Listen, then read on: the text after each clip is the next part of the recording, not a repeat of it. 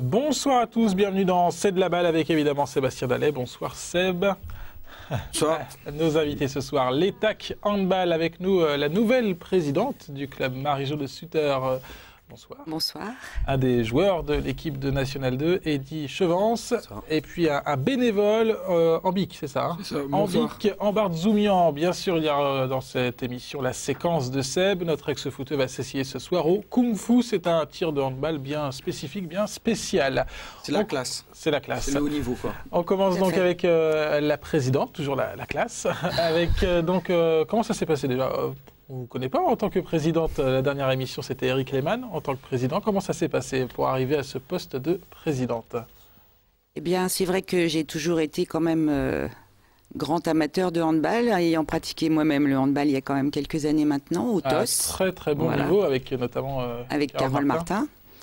Et donc j'ai toujours suivi le handball à Troyes, et notamment quand Carole m'a parlé du projet d'entente de l'ETAC il y a quelques années. Donc j'ai suivi le projet. Et puis là, quand Eric Lehmann a dû partir pour des raisons professionnelles, ils m'ont téléphoné pour me proposer la place de présidente. Vous avez donc accepté. Il y a des gros dossiers là sur lesquels vous vous penchez en tant que présidente de l'ETAC, ou alors on s'installe toujours?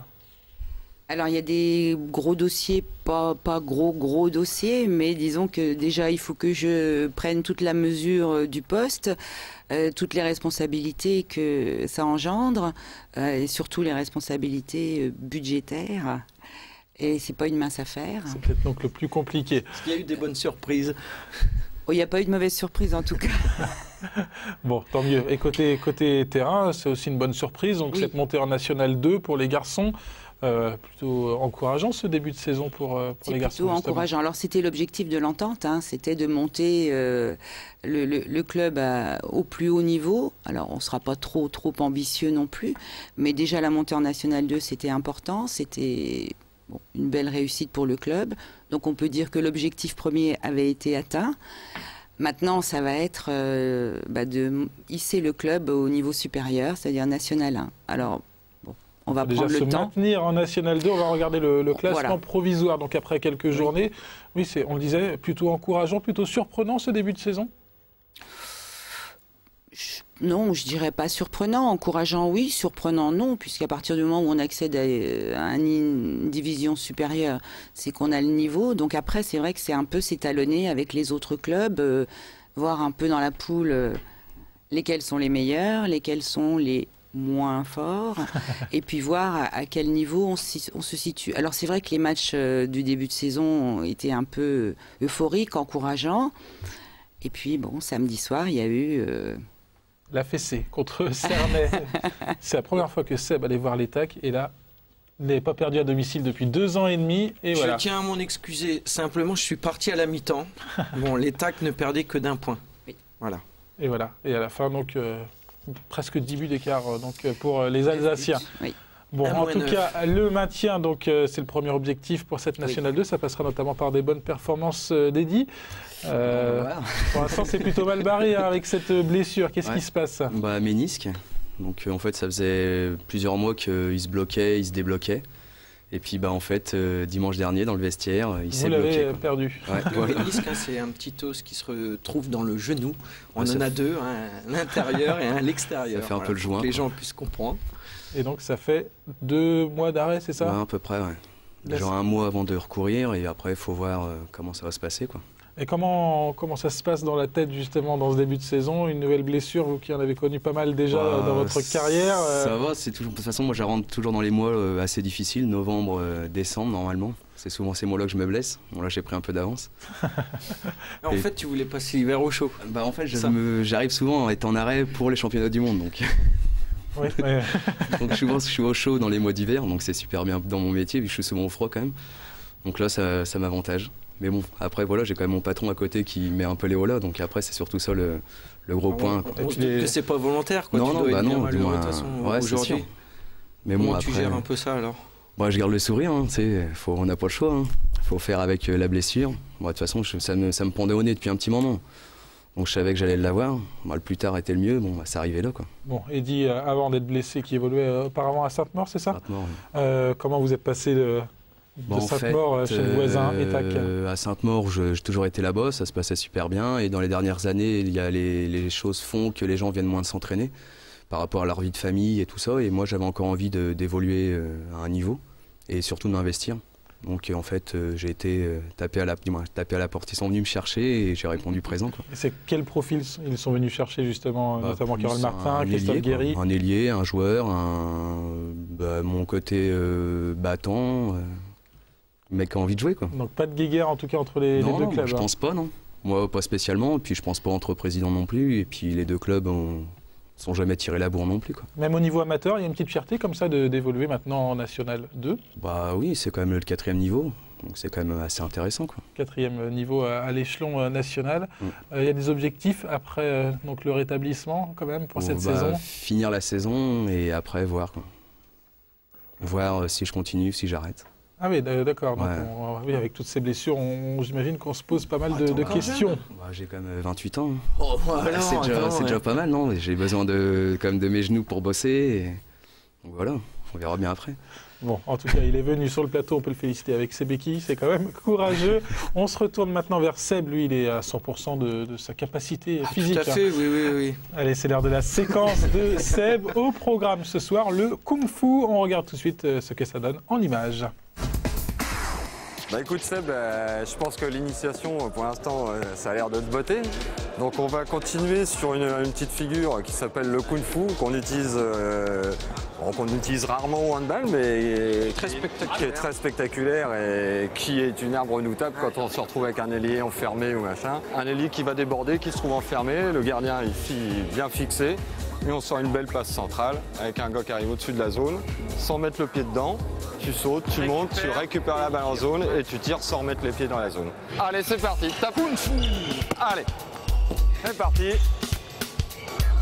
Ah.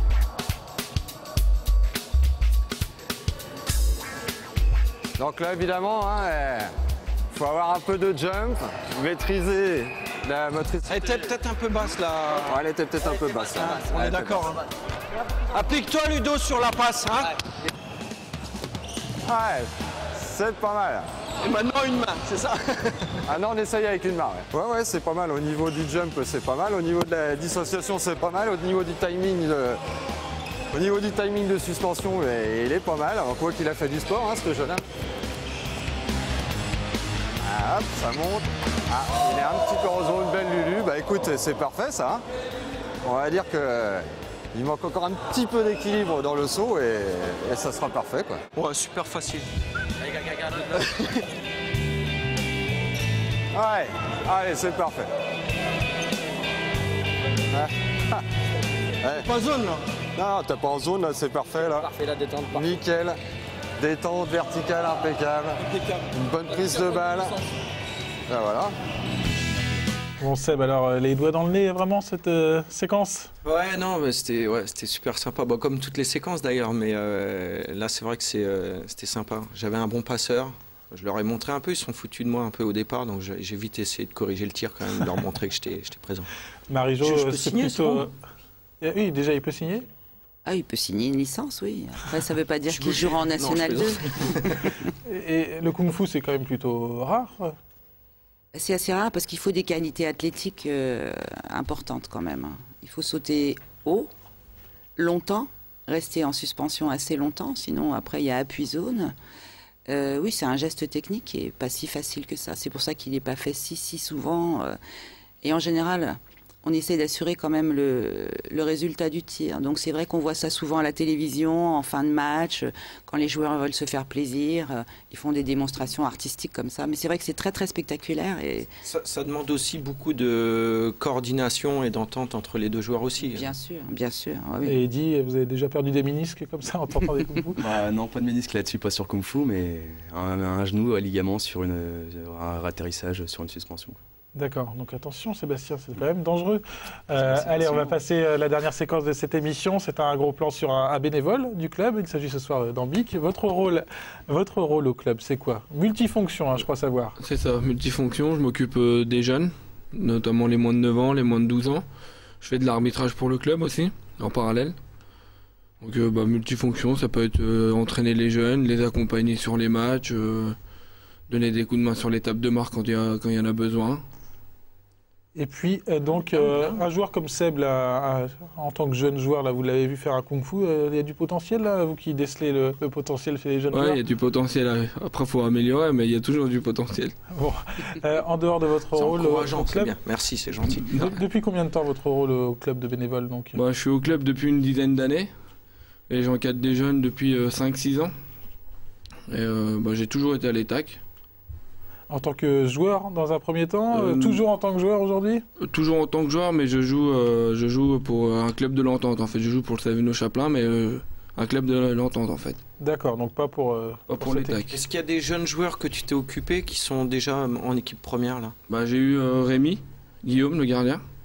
Qu'on a vu également samedi contre Cernay, jouer la plus grande partie du match d'ailleurs. Là, il y a un petit peu de fierté quand on voit des joueurs comme ça évoluer avec l'équipe première. Ça fait toujours plaisir d'avoir les jeunes du club qui sont l'équipe première. Qu'est-ce qui vous plaît dans cette équipe et dans ce club de l'ETAC? C'est la convivialité en premier. Puis ça a toujours été un club familial, donc on s'entend tous super bien. Moi qui n'ai pas joueur, je fais partie du groupe sans être joueur, donc ça c'est sympa. Puis c'est un club familial comme je le disais. Il faut réussir à se motiver quand même pour chaque week-end passer plusieurs heures autour des terrains, non? Après c'est une motivation, c'est une passion, donc la motivation on la trouve automatiquement. C'est une passion avant tout, donc c'est même pas une contrainte, donc c'est avec plaisir que je suis sur les terrains et que je continuerai jusqu'à tant que je peux. Ça te permet de vivre aussi un peu la carrière d'un joueur par procuration, quoi. Ouais, c'est ça. Il y a de ça aussi. Parce que j'ai jamais été joueur de haut niveau, donc entre guillemets de haut niveau. Donc ça me permet de vivre avec les copains autour. Ça fait une carrière, comme tu dis, de procuration. D'approcher ses idoles, là, comme Eddy. Marie-Jo, c'est forcément très important, des bénévoles. Comme Ambic dans un club comme l'ETAC? C'est primordial dans la vie d'un club. Et c'est vrai qu'à l'ETAC, il y a une équipe de bénévoles. C'est vrai qu'il y a de la convivialité. Alors, c'est vrai qu'on manque toujours de bénévoles. Parce que plus on veut avancer, plus on veut faire de choses et plus il y a besoin de volontaires et de gens de bonne volonté. Et c'est pas facile parce que c'est vrai que c'est un investissement de week-end. Donc forcément, il y a des gens qui privilégient leur vie de famille, ce qu'on peut comprendre.